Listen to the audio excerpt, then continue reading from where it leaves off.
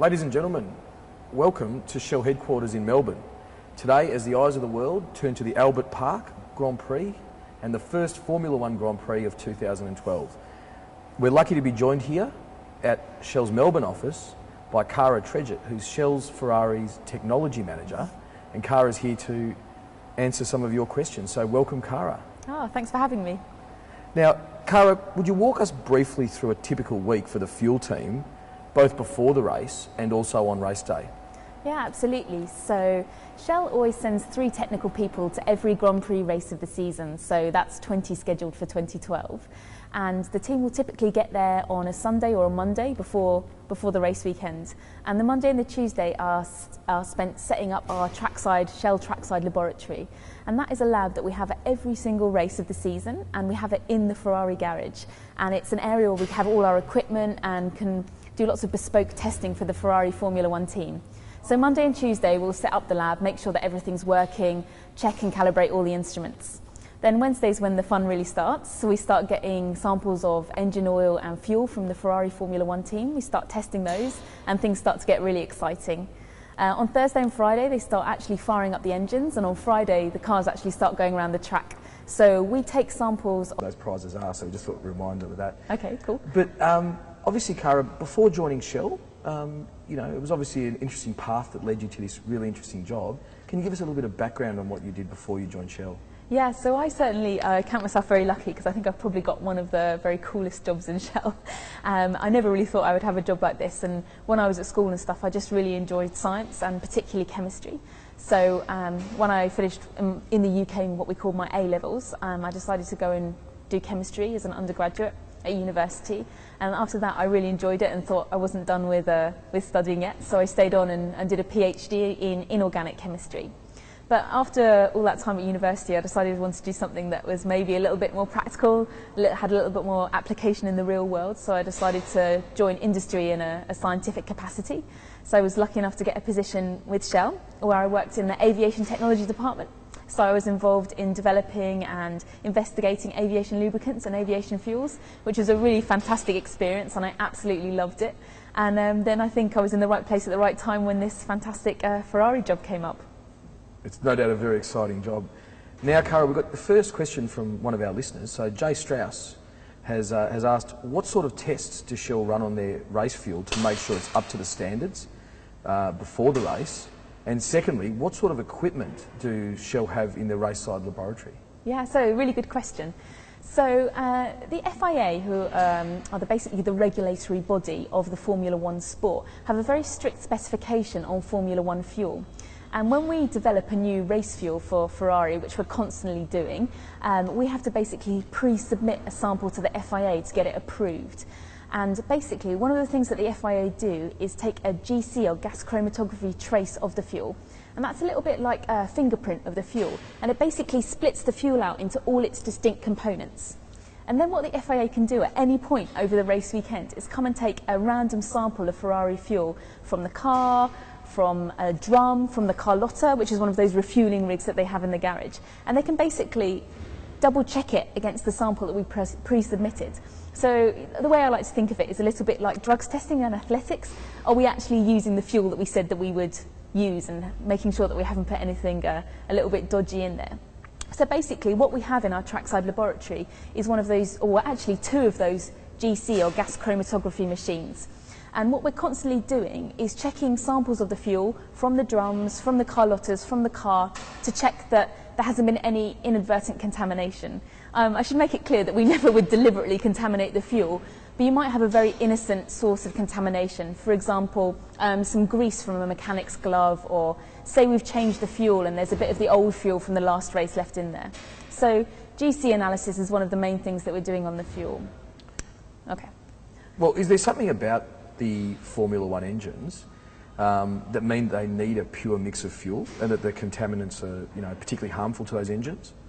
The Formula One engine is, in principle, absolutely no different from any regular car engine. So it's not that it specifically needs, you know, a very special type of fuel. And actually, you might be interested to know that if you've got a gasoline car, your car will run absolutely perfectly on the Ferrari Formula One fuel that we've developed, and vice versa. It's just that obviously in Formula One, you know, milliseconds are of the absolute importance when it comes to winning a race. So what we have the advantage of doing is developing bespoke fuels that are very carefully tailored to extract the absolute maximum performance out of the car, to make sure it has the maximum fuel efficiency, it has the maximum power output. So it's not that it's really any purer or that the engine needs it to be any purer, but it's just that it's designed specifically to give maximum power for that engine. Yeah, and so in terms of contaminants that might be in the fuel, what are the common sort of problems that can present themselves? Maybe not only about contaminants, but what are the common sort of problems that in racing fuel and oil, and how do they arise? Yeah, so I guess the answer is slightly different whether you consider the fuel or the engine oil. So if we consider the fuel first, common things that might happen is that at the beginning of the race week, when the Ferrari mechanics have set up all the lines and all the Carlottas, they might have got some contamination there from when they were putting the rigs together, maybe some grease from their gloves, or, you know, a bit of fluid from another part of the car could have got in there. Another thing that could have happened is that, you know, sometimes in very, very hot countries, if the fuel has been left in the heat for a while, you can lose some of the light ends, and that's what we call weathering. And that's quite normal, you know, it's quite not an unexpected thing to happen. But, you know, if the fuel has been weathered too severely, then that can affect it, so that's another thing that we're checking for. For the engine oil, we're doing something that's quite different actually. We're not really checking for the legality of the engine oil, but what we're doing is looking at used samples of engine oil that have actually come out of the car. So if you imagine the Ferrari Formula One engine that's revving up to 18,000 RPM, you're going to have a lot of metal surfaces that are going to be rubbing together. And that's a perfectly normal process that will happen in all types of cars. And when those metal surfaces rub together, you'll get tiny microscopic particles of metals that end up in your engine oil. And what we know from working with Ferrari for so long and from analysing so many samples of used engine oil is by the type of parts of metals that are in the oil and by the amounts of metals that are in the oil, how is that engine performing? You know, is it in a healthy state? Is it looking aggressively weared? Is it looking, you know, perfectly fine? And that's really important because the health of that engine is of paramount importance to the Ferrari team and their competitive advantage. You might be aware that each Formula One driver now only has 8 engines for the entire Formula One season. And that actually means that a Formula One engine has to do about 2,500 kilometres, which might not sound like very much for my engine. I certainly want my car to do a bit more than that, but for a Formula One car, that's a really, really long distance. So for us, being able to do that analysis and give Ferrari a snapshot into the health of the engine from looking at the engine oil is absolutely paramount. So in terms of the testing you do in the lead up to the season, and we're obviously about to go into the first race, which is very exciting. Yeah. How do you actually do the test? Do you have a test vehicle which you're able to use to gain your data from? Yeah. So it kind of works in different phases, and again it's slightly different for the fuel and for the engine oil. So the very first stage is having discussions between our Shell scientists and the Ferrari engineers about exactly what we're trying to do with our next generation of engine oils and fuels. After we come up with the first formulations, so the recipes if you like for the fuel and for the engine oil, we'll blend a small amount of those products and do some testing in-house in our Shell laboratories. And that will just test basic properties for the fuel. It'll check that it basically meets the FIA regulations. For the engine oil, we'll check that it has the right viscosity profile, all that kind of stuff. Then when we're confident we've got a good blend, we'll submit a larger volume to Ferrari to use in their engine test beds. Now, in recent years, in-season testing in Formula One has really been clamped down on to kind of help minimise the costs associated with the sport. So what Ferrari do have in their facilities in Maranello, Italy, is a whole range of engine test beds, so stationary engines that are basically running a lot of the time. So we will test our V-Power Fuels products and our Helix engine oil products in those test engines first off. The first thing they'll do is a power test, and so for Ferrari, performance is always key. It's always the thing that we're going for. So they never want to introduce a new product unless we can prove and demonstrate that it has a measurable performance advantage over the last product. But once we've demonstrated that that's the case, then the next thing to do is to prove that it causes no harm to the engine. So what the Ferrari engineers will then simulate on their engine test beds is that they can basically use that product for the entire lifetime of the engine. So that's 2,500 kilometres with no problems. Only then, when we've done all that exhaustive testing, will they allow the products to go into the real life cars. And how many hours roughly would you put into each of those, the testing in the lead up to a season? Well, obviously as you move through the development cycle, the number of candidates you've got get less and less. So in a typical development cycle, we might have developed, a range of 4 oils and 4 fuels for Ferrari to test, and that will have taken us maybe a couple of months to get to that stage. The power testing is relatively quick because it's not a long test, it's just quite quick to see if you get any power benefit. So that could take a couple of weeks. And then Ferrari need to do the long run tests. Normally, because those are quite time intensive, and because they take up an entire engine, they'll only really do that on the best candidates. That can take another couple of weeks. So I guess in terms of a development cycle, from the very first idea or the spark of an idea of a new fuel or a new oil to actually getting it homologated or approved, could be around 3 months. And that might sound like quite a long time, but actually one of the things that I love about my job and I love about working with the Ferrari team is that actually is very quick when you think about a typical product development cycle. So if Shell is developing a new Helix engine oil for everyday customers, then that product development cycle is easily years. So the fact that we get to do some stuff so quickly with the Ferrari Formula One team and test a product in a couple of months and get that feedback and get that knowledge is really fantastic. And one of the interesting things about fuels in the F1, I should say, is that the FIA rules state that the fuel that goes into the track cars need to be available at the pump. However, you are allowed to make some modifications to that fuel. So what are the guidelines for what you can and can't do? Yeah. And what are the reasons why you simply don't make them the same across both areas? Yeah. Well, I think that's a really, really good question. And in fact, if I can just clarify, it's not exactly true that the fuel has to be commercially available. I think in the past, you're right, you did have to be able to buy exactly that fuel at some commercial station. But people are like masters of finding the loopholes in Formula One rules. And the stories I've heard is that you would have some kind of wacky, crazy jet fuel in the car, and then you'd find one pump somewhere in the world around the back of a garage that no one went to that sold that fuel.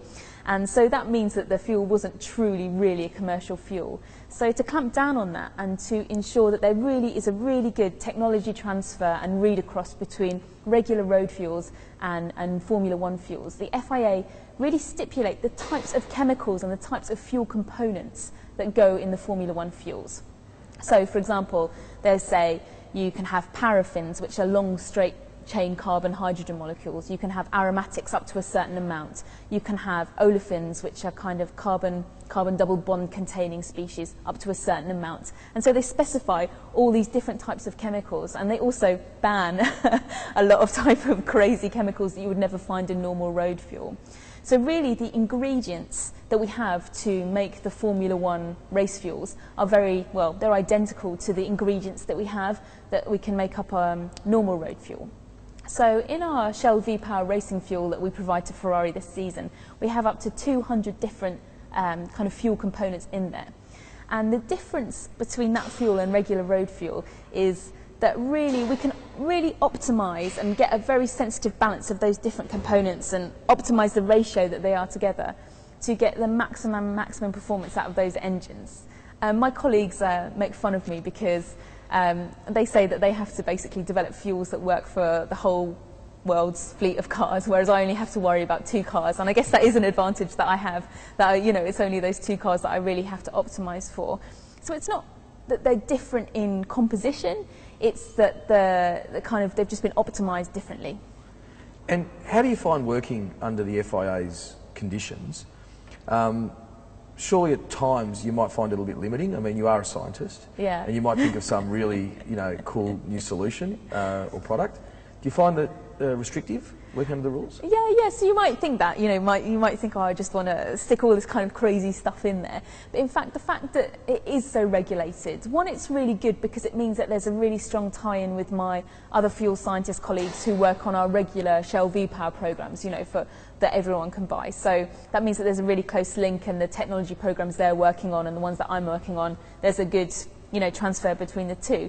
But also I think it actually pushes us to be more innovative, because it really means that we have to think really hard about what we can achieve and how we can maximize the performance and get like every last second of performance out of that fuel. So actually I think pushes us even harder. Yeah, and we've got a question from James B in New South Wales, yeah, and he's asked, how much would fuel would an average F1 car use in the Grand Prix at Melbourne this weekend? Yeah, so I don't know the exact number for the Ferrari car this weekend, but typically a Formula One car will hold maximum of around 200 litres of fuel, and that's about the maximum fuel load that it will take. And typically, because obviously weight is power, and carrying excess weight is going to not be advantageous for the result of the race. They don't really want to carry any more than they need to.